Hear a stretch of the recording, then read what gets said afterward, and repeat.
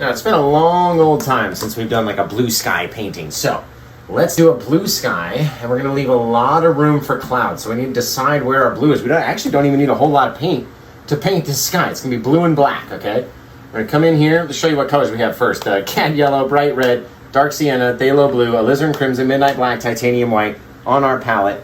And pulled out a little bit of the phthalo blue in here. Again, we don't need a whole lot.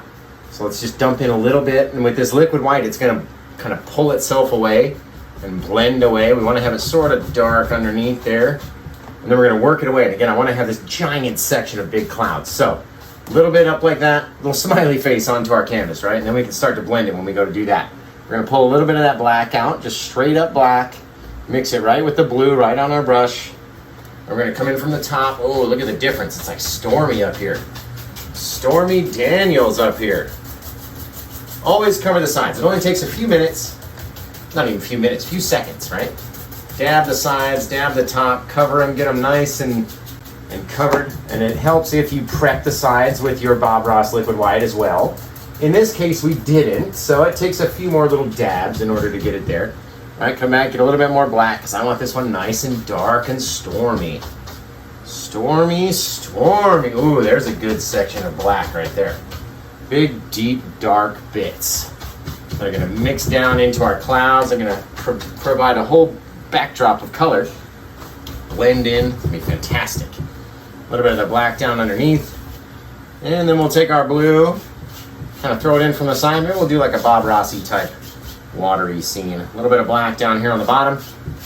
Just to change the color a little bit. That's all we need. Don't need to change it a whole lot. Just got to change it a little bit. We haven't even blended anything in yet. Come over here, bam, bam, bam, bam, bam. Leaving this little soft little area in the middle. Maybe we'll do something with that later. Okay, now that we've got this nice filthy dirty brush, it's gonna spread the paint all too far, right? We don't wanna spread the paint everywhere. So we're gonna clean this brush off. Be nice and light again. It won't actually push the paint too far. So relaxed today. We almost forgot to tell you the colors. My goodness, Josh is just so relaxed on camera. It's amazing, right? Okay. Now, where do we really start? I normally like to start blending in a light area, but there's not a whole lot of light area besides this white. So let's very lightly drag in just from the edge, kind of more in the white than anything else, just to soften the very edge. Right, just so we can get this light section out. It's almost like a bit of fog, look at that. Stretching it out, just making it light and soft. Oh, a little bit of color snuck in right there, see that? That's okay.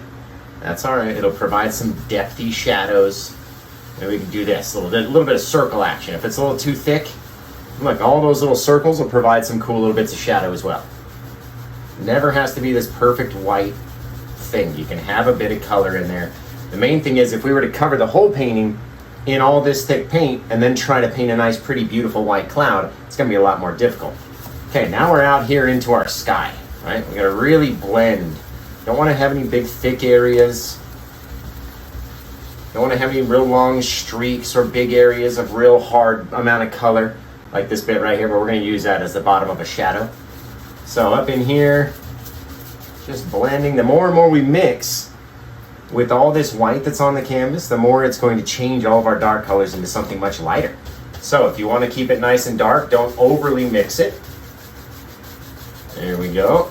If you want it to get nice and light, then mix the heck out of it. And then you'll have this nice, crazy light sky. It'll be gorgeous. There we go. Nice and soft across the middle. And poof, we got this very cool thing. All that darkness underneath that cloud already looks like a cool shadow. You know what's a little bit off right here, though? Just that bit of angle. So let's blend this in a little bit more. My shaky old canvas, or my shaky old easel. There we go. Now it just blends it together a little bit better. Right? Less streakiness. Sometimes it's cool to have streaks in our sky. But in this instance, I don't want to have too many streaks.